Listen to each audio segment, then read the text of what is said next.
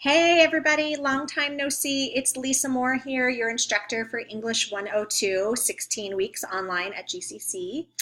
Um, we are in week 16 and you have turned in everything except for your final exam. I have stuff written on my hand.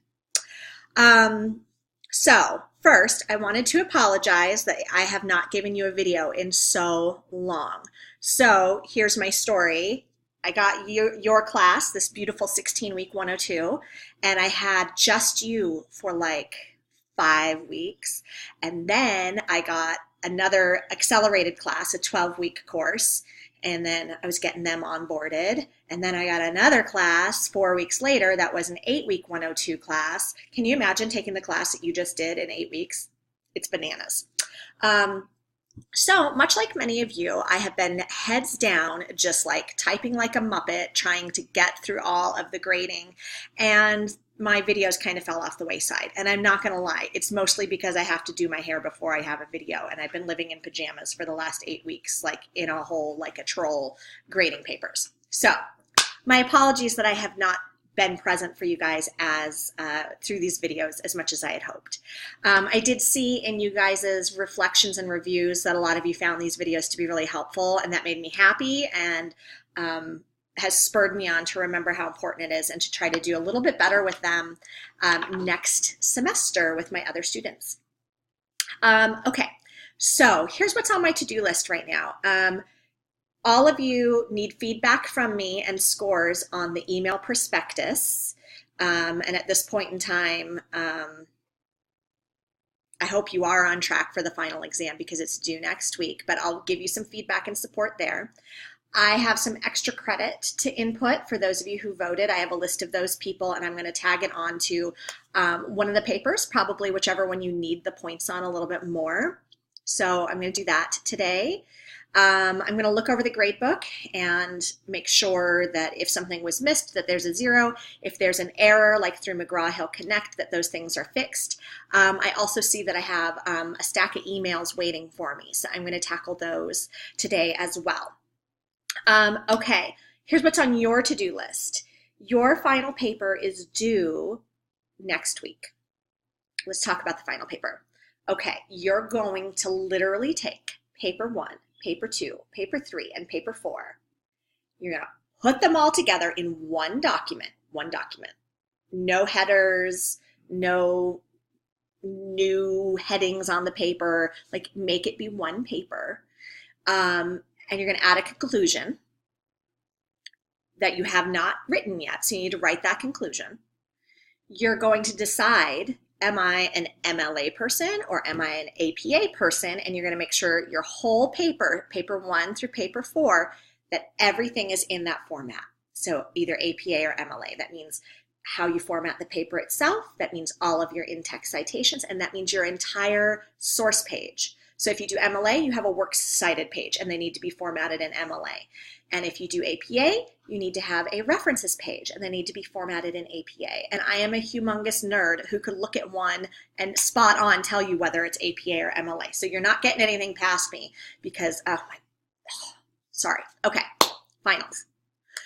I will know if you have a source page that is mixed with MLA and APA. So choose one side. Places to go for help with that. You know, I'm always talking about Purdue University's OWL, the Online Writing Lab. I don't expect you to memorize how to do a format. You don't need to know the ins and outs in your head immediately for MLA format or APA format. You're not a nerdy English teacher like me yet. The OWL is where I go when I have a question. If somebody says like, hey, how do I format this tweet? I don't know how to format a tweet. I go and I look it up. Other places you may go are things like web pages like Cite This for Me or BibMe, and they will do your citations for you. You need to make sure that you plug the right information into the correct place, and you need to eyeball it and know that everything's correct. But those are some little cheaters that did not exist when I was in your position. So there's that. Here's another thing that's really important about the final paper. I want you to know how I'm going to score it. I am going to pull up your grade book, and then over here I'm going to have your new paper, and I'm going to look at all of the feedback I gave you in every paper.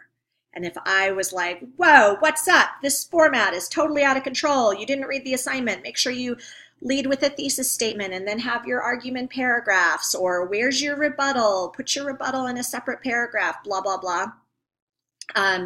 If you did not address the things I asked you to address, you're going to bomb the final. And the final paper is 200 points. All the little papers were 50 points apiece. This final one is 200 points. It's humongous. Take my feedback and use it. If you are struggling, enlist that one friend that you have who's great in English, or go see the Writing Center. The Writing Center is amazing. We also have some online tutoring options, like Smart Thinking. If you go to, I think through the CTLE, there are some links for tutoring. I will dig that up and send it out to you. But there are places where you could submit your paper and then a real human being on the other end will read it and give you some feedback. But they do need to have the information of what the paper should look like, because they might be stymied by what you've written here, because you have the outline, then you have the background and context, then you have your argument paragraphs, and then you have your counter arguments and rebuttals. We wrote one heck of a long paper, but we did it over 16 weeks. So I love how this class is formatted, because if I just told you to go write a 16-week paper, most of you would just lay down and cry.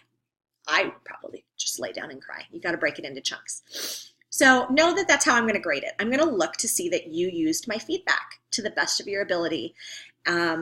And then you should also know that I'm rooting for you. You're here at the end of a 16-week course, a really rigorous one, and I want you to do well. So I'm not looking for things to mess you up on. I was pretty thorough in the first grading, but on this one I just want to see that you addressed the concerns, you addressed the issues, you fixed it, you gussied it up. It's a great paper. Okay? So don't go into it just pasting it all together and sending it to me, because you need to revise. Last but not least, if you've missed any odysseys, you are not permitted to turn in the final paper. I'll add that to my to-do list today. I'm going to make sure that everybody has completed every odyssey. At this point in time, you can't get points for those odysseys, but you can submit it and I could give you some brief feedback, and then you can turn in the final paper. But if you're missing any odysseys, you do not get to turn in the final paper. All right. It's been such a pleasure working with all of you. I'm really proud of all of you and your hard work. And I look forward to seeing you around. I will actually be on the GCC campus in January. I don't know where my office will be, but I'm going to be working full-time in the English department come January. So, you know, if you walk by an office door and it says Lisa Moore, knock and say hi.